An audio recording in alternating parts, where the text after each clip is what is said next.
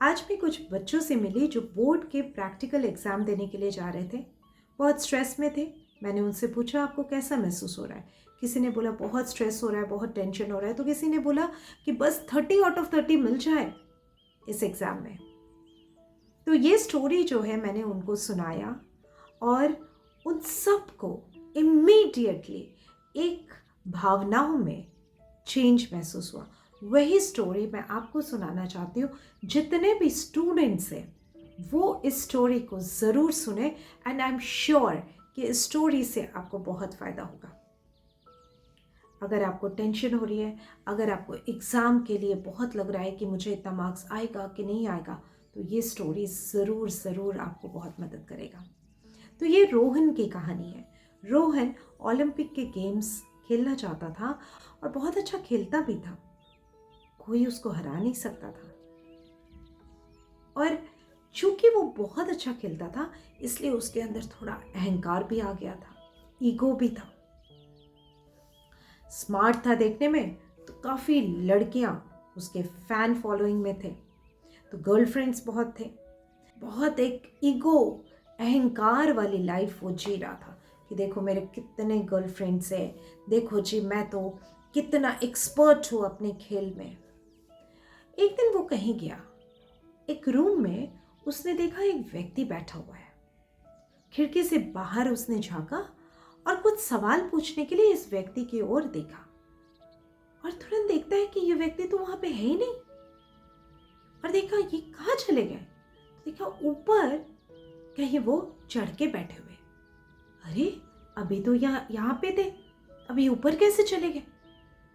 रोहन बिल्कुल आश्चर्य हो गया और उसे लगा कि ये व्यक्ति इतना फास्ट है, इतना फ्लेक्सिबल है उसकी बॉडी कि वो तुरंत के तुरंत विद इन फ्यू सेकेंड्स वो यहाँ से वहाँ चला गया।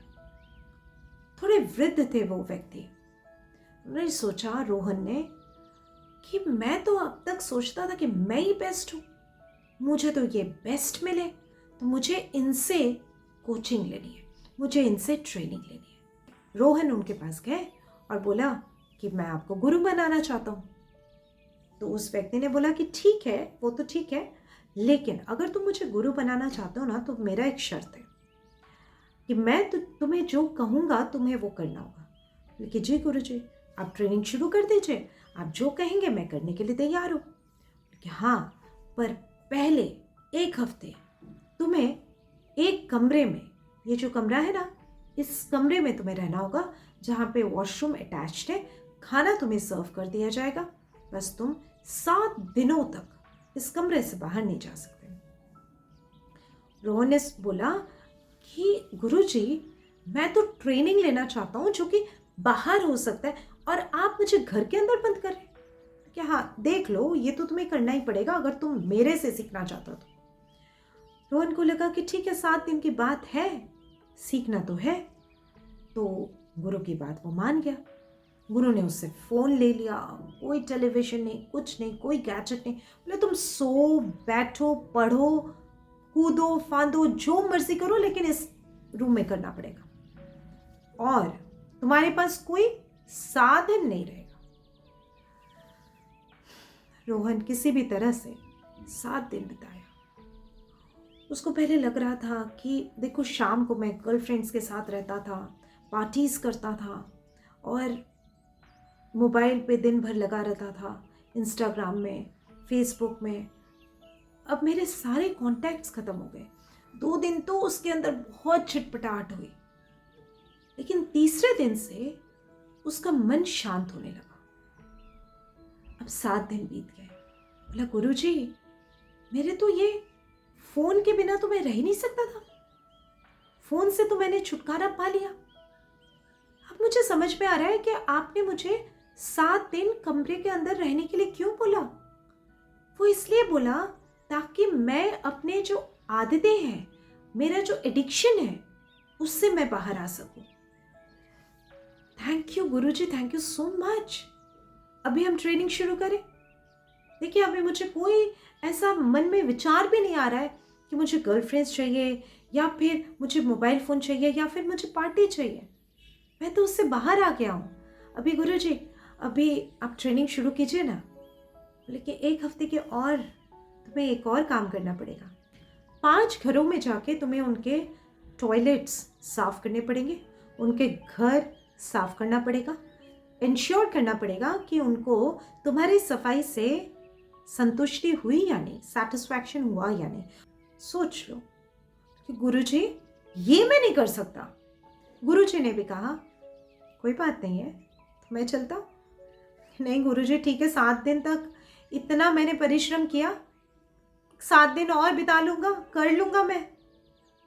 हर रोज रोहन 5 घर को चुना, 5 घर की सफाई करता, खुद के काम खुद करता।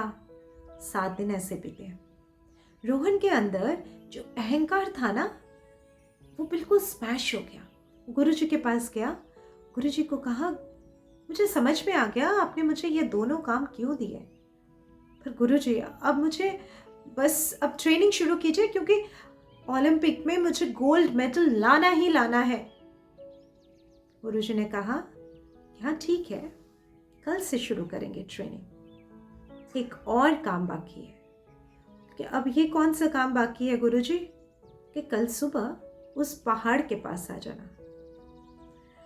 रोहन ने कहा ठीक है, अब ये भी कर लूंगा मैं। तो वो पहाड़ के पास पहुंच गया सुबह सुबह। अब वहां पे गुरुजी ने बोला इस पहाड़ पे चढ़ के तुम्हें ऊपर तक पहुंचना है, मैं भी चढ़ता हूं तुम्हारे साथ। अब रोहन को लग रहा था ऊपर तो बहुत खजाना मिलेगा, कुछ तो जरूर रहेगा। ऐसे ही तो गुरुजी नहीं बोलेंगे। अब उन्होंने मेरे अहंकार को खत्म किया, उन्होंने मेरे जो एडिक्शन है उसको खत्म किया। जरूर ऊपर जाके मुझे कुछ ऐसे मूल्यवान वस्तु मिलेगा जिसके लिए गुरुजी मुझे वहां तक लेके जा रहे हैं, ताकि ट्रेनिंग शुरू करने से पहले वो मुझे कुछ ऐसा कुछ दे जिससे मुझे बहुत ज़्यादा मोटिवेशन हो ट्रेनिंग के लिए। तो ज़रूर मुझे बहुत बड़ा कुछ मिलने वाला है। ऊपर तक गए और बोला गुरुजी हम यहाँ क्यों आए हैं, किस लिए लाए हैं यहाँ पे? गुरुजी ने एक पत्थर उठाया और कहा इस पत्थर के लिए आए हैं। पत्थर के लिए? इतना ऊंचा पहाड़? गुरुजी आपको पता था, आपने देखा कि कई बार मैं गिरते गिरते बचा, फिर भी मैं हार नहीं माना, ऊपर तक आया सिर्फ ये सोचते हुए जरूर ऊपर मुझे कोई बहुत बड़ी चीज मिलने वाली है, आप मुझे एक बहुत बड़ा रिवॉर्ड देने वाले हैं, और ये छोटा सा पत्थर, इसके लिए आपने मुझे इतना मेहनत कराया। गुरुजी ने कहा कि यही तो तुम कर रहे हो। तुम जब 10th में थे तुमने कितना परिश्रम किया उस 10th के रिजल्ट, यानी कि उस छोटे से पत्थर के लिए। पर तुम जो पूरे साल भर जो तुम पढ़ाई कर रहे थे उसको तुमने एंजॉय नहीं किया, सफ़र को तुमने एंजॉय नहीं किया। और जब तुम 10th में एग्जामिनेशन की प्रिपेयर कर रहे थे लास्ट 15 दिन, तब भी तुम्हें टेंशन था कि मुझे 90% आएगा या नहीं आएगा। तुमने प्रोसेस को तो एंजॉय नहीं किया, तुमने जर्नी को तो एंजॉय नहीं किया। तो क्या होगा, तुम आज एक 10th का पहाड़ क्रॉस कर रहे हो, तुम्हें एक छोटा सा पत्थर 10th का रिजल्ट मिल गया। अब एक और पहाड़ आ गया तुम्हारे सामने, वो है 12th का पहाड़। अब उसके बाद तुम वो माउंटेन क्रॉस करोगे और तुम्हें एक 12th का रिजल्ट मिलेगा। फिर तुम्हारे सामने एक और पहाड़ आएगा।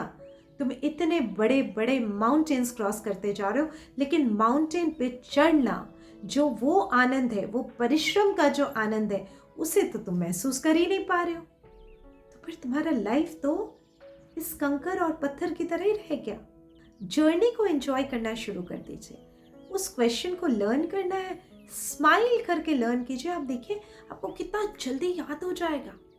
Happy examination to all of you.